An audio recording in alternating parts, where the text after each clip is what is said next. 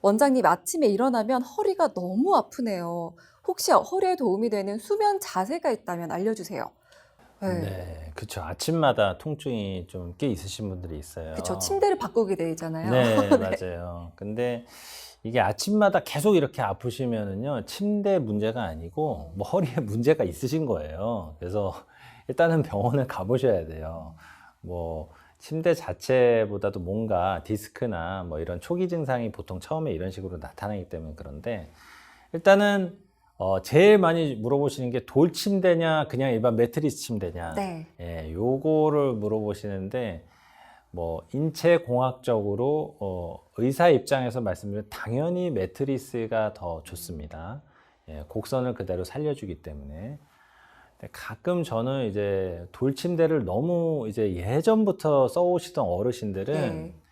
그냥 그거 쓰라고 말씀드려요. 예, 왜냐면 거기서 주무시고 일어났을 때 개운하다 그러면 그 침대가 좋은 거기 때문에 그렇게 주무시면 되고, 근데 굳이 조금 더 신경 써서 자세를 좀 이제 생각을 한다면은 엎드리시는 거는 안 좋고요. 주무실 때 바로 눕거나 옆으로 눕는 것까지는 다 좋습니다. 예, 그리고 옆으로 누우실 때는 다리 사이에 이제 뭐 베개를 끼운다거나 아니면은 이제 베개를 이렇게 끌어안고 잔다거나, 우리 큰 죽부인처럼 돼 있는 통베개들 있잖아요. 그래서 예를 들어 이제 허리에 디스크가 있으시거나 조금 급성기의 환자분들은 그런 것들을 좀 끌어안고 주무시면은 은근히 우리가 보통 정상으로 보는 이런 척추 곡선이 그대로 유지가 되면서 옆으로 주무실 수가 있거든요.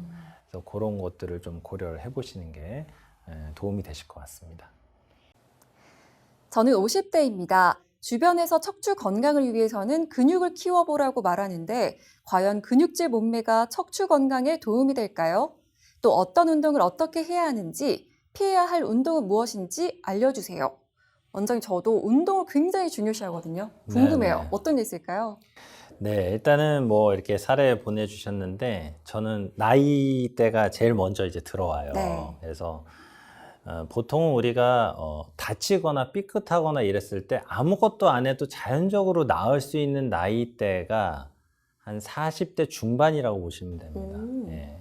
근데 40대 중반 이제 넘어가면은 다쳐서 알아서 좋아지기가 점점 힘들어지는 나이대라고 보시면 돼요. 예.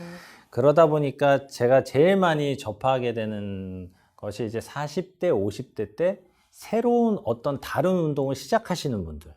그때가 제일 많이 다쳐서 옵니다. 네. 예, 무슨 다치거나 이렇게 무슨 부딪히거나 이러질 않아도 운동을 시작한 지 한두 달 돼서 이제 꼭 병원을 오시거든요. 네. 그래서 뭐 하여튼 너무 무리한 운동을 좀 피하시는 게 좋겠고, 특히 뭐 배드민턴이나 무슨 테니스나 네. 골프 이런 거는 저는 운동이라고 안 합니다. 아. 이거는 이제 취미 생활이고, 허리가 조금 안 좋거나 예전에 디스크 끼가 좀 있다라고 얘기 들으신 분들은 이제 근육 강화를 위한 코어 운동들, 예, 뭐 피트니스라던가 필라테스, 뭐 이런 조금 안전한 조금 정적인 운동, 예, 이런 것들을 좀 하시는 게 좋고요.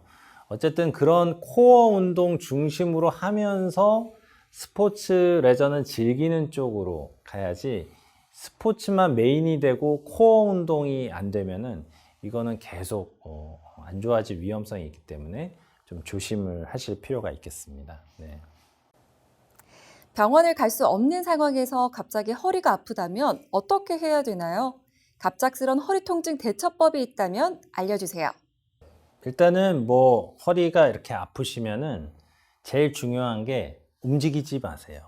예, 그냥 쉬세요. 누워 있는 게 편하시면 누우셔도 되고요. 소파에 이렇게 허리를 잘 지지해주고 쿠션을 잘 대고 그냥 누워 계시면 됩니다. 최대한 안 움직이시는 게 좋습니다. 통증이 살짝 누그러들었다고 해서 이게 허리가 뭉쳤나 보다 해서 어떤 분들은 막 스트레칭을 막 더 하시는 경우가 있는데, 그러다가 더 안 좋아져서 오시는 경우가 많거든요. 그래서 일단은 안정을 하시고, 그리고 찜질, 얼음 찜질 같이 해주시면 좋습니다. 뭐 물론 핫팩이나 온 찜질도 괜찮고요. 체질적으로 이제 뭐 맞는 찜질을 해주시면 됩니다. 온 찜질이나 냉찜질이나. 그리고 참지 마시고 진통제는 뭐 근본적인 해결이 아니다라고 생각하시는 경우가 있는데 참지 마시고 약 드세요. 그냥 상비약 있잖아요. 네. 집안에 있는 뭐 타이레놀이나 아니면 예전에 갖고 계셨던 그런 약이 있으면은 그거 좀 드시면 됩니다. 거기에는 다 소염 기능이 있기 때문에 디스크나 이런 것도 일종의 염증이거든요. 기전 자체는. 그래서 일단은 염증을 가라앉혀 주는 게 좋고요. 통증이 한 30-40% 이상 좀 가라앉았다면 그때는 이제 운동을 하실 때는 그냥 가볍게 평지 걷기 정도, 요 정도 해주시고, 통증이 한 70-80% 이상 좋아졌다면 그때는 이제 허리 운동을 그때부터는 좀 가볍게 해주셔도 됩니다.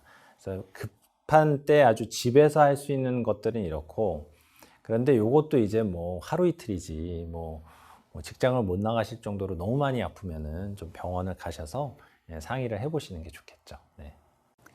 저는 70세 남자입니다. 허리 질환으로 검사를 받았는데 추간공 협착증이라고 하는데요. 원장님, 척추관 협착증은 많이 들어보았는데 추간공 협착증은 어떤 질환인가요? 네, 원장님, 저도 협착증은 굉장히 사실 많이 들어봤고요. 네네. 추간공 협착증은 좀 생소해요. 어떤 건가요? 이게 무슨 얘기냐면은 허리에서는 이제 가운데 신경관이 쭉 내려가죠.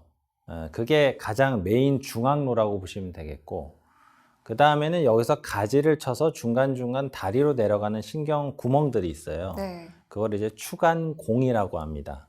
척추와 척추간 사이에 있는 구멍을 얘기하는 건데, 그게 이제 좁아지는 경우도 협착증의 하나예요.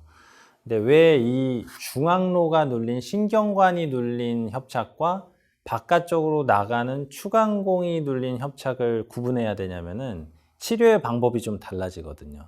그래서 가끔 보면은 어디서 수술을 하셔서 오셨는데 가운데 신경관은 다 넓혀졌지만 바깥쪽 나가는 추간공은 여전히 좁아져 있어서 수술은 했지만 환자분이 계속 힘들어 하시는 경우들이 있어요, 드물게. 그래서 그런 포인트가 조금 안 맞아서 또 그런 경우들이 있기 때문에 이런 구분들을 이제 해야 되는데, 사실은 요거는 이제 환자분과 보호자분의 몫이 아니고 전문가한테 맡겨주시면 저희가 잘 구분해서 치료를 해야 되는 부분들이라고 보시면 되겠습니다.